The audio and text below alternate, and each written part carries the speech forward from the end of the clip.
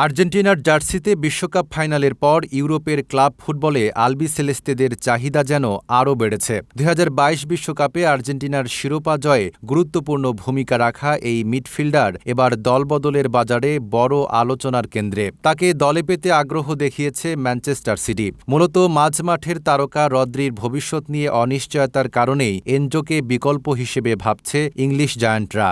Load shedding কিংবা ঘরের বাইরের তীব্র গরমে ওয়ালটন রিচার্জেবল ফ্যান থাকলে থাকবে শুধু বাতাস আর বাতাস।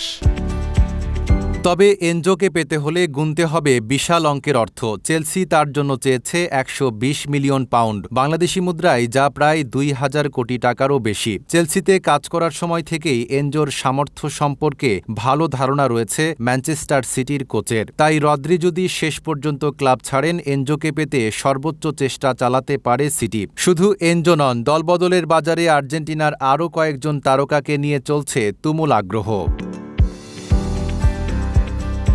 আতলেতিকো মাদ্রিদের হুলিয়ান আলভারেজকে পেতে বার্সেলোনার আগ্রহের খবরও আলোচনায় রয়েছে। পাশাপাশি লাউতারো মার্তিনেজ ও ক্রিস্তিয়ান রোমেরোর দিকেও নজর রয়েছে শীর্ষ ক্লাবগুলোর। বিশ্বকাপে দুর্দান্ত পারফরম্যান্স আর ইউরোপের বড় ক্লাবগুলোর আগ্রহ, সব মিলিয়ে আর্জেন্টাইন ফুটবলারদের বাজার এখন যেন অন্য উচ্চতায়। Desk report, Dhaka post.